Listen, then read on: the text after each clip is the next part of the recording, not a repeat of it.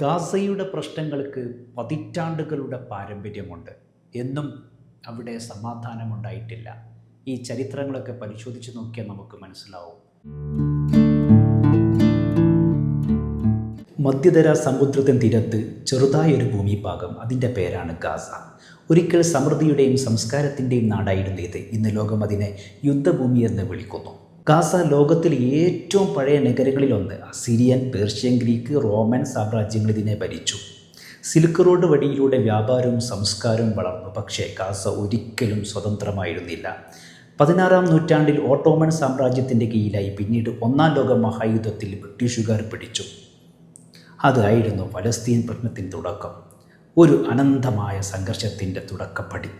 1948 Israel രൂപപ്പെട്ട ദിവസം ആയിരങ്ങൾ വീടുകൾ വിട്ട് ഗാസയിലേക്ക് അഭയം തേടി.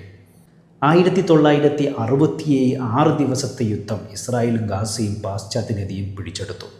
ഗാസ സ്വപ്നങ്ങളുടെ നാട് അല്ല, തടവറയായി മാറിയ നാടാണ്. ഗാസ ഭാഗികമായി പലസ്തീൻ അതോറിറ്റിക്ക് കൈമാറി. പക്ഷേ യഥാർത്ഥ സ്വാതന്ത്ര്യം അതൊരു ദുർസ്വപ്നമായി തന്നെയുണ്ടായി. 2006 ഹമാസ് വിജയിച്ചു. 2007 ഗാസയുടെ മുഴുവൻ ഭരണം അവർക്കായി. അതിന് പിന്നാലെ ഇസ്രായേൽ ഉപരോധം. വെള്ളമില്ല, വൈദ്യുതിയില്ല, മരുന്നുകളില്ല. 2008, 2012, 2014 വീണ്ടും യുദ്ധങ്ങൾ. ജനങ്ങൾ ജീവനായി നിലനിൽക്കുന്നു പ്രതീക്ഷയോടെ. കുട്ടികൾക്ക് സ്കൂളില്ല, വയോധികർക്ക് ആശുപത്രികളില്ല. പക്ഷെ അവർക്കുണ്ട് ജീവിക്കാനുള്ള ആഗ്രഹം. ഗാസ രക്തത്തിൻ്റെ മണ്ണ്, വേദനയുടെ മണ്ണ്, പക്ഷേ പ്രതീക്ഷയുടെ മണ്ണും കൂടിയാണ്.